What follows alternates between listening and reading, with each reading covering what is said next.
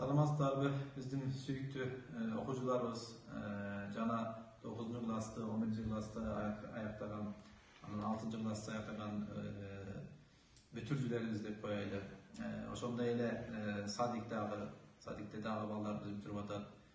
Баарыңыздарга жашооңузга жакшылыктар каалаймын.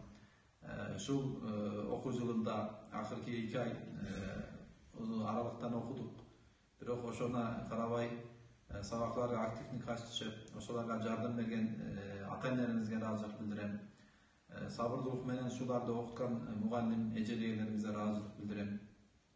Анан былтыркы результаттар жакшы чыккан эле билесиздер. Орото боюнча айта кетсек, 183 балл менен биздин 11-классы бүтүргөн бүтүрүүчүлөрүбүз Кыргызстан боюнча 1-местени алды.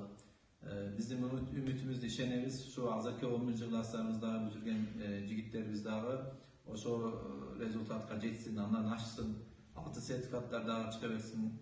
Анан республика олимпиадасы боюнча эл аралык олимпиадалардан жакшы результаттар чыксын. Эмне айтайлы, ушул 3 ай каникул бар. 3 ай каникулду жакшы өткөрөлү. Мына лицейдеги балдарыбыз, окуучуларыбыз ОРТга даярдык, TOEFLга даярдык, IELTS'ге даярдык кыла берсин. Началкадагы окуучуларыбыз болсо китеп окуп, мугалимдердин берген тапшырмаларын жасап, Кахот деген программа чыкты билесиздер. Ошо аркылуу жарышмалар, конкурстарга катышып, эртең дагы пландар бар. Жаз боюнча кылына турган иш-чаралар кандай кылсак, кандай өткөрсөк деп биз буюрса видеолорду жөнөтөбүз силерге. Жакшы көнүлдүү эс алыңыздар, урматтуу окуучуларыбыз. Баарыңыздарга албан ийгилик каалаймын. Рахмат баарыңыздарга.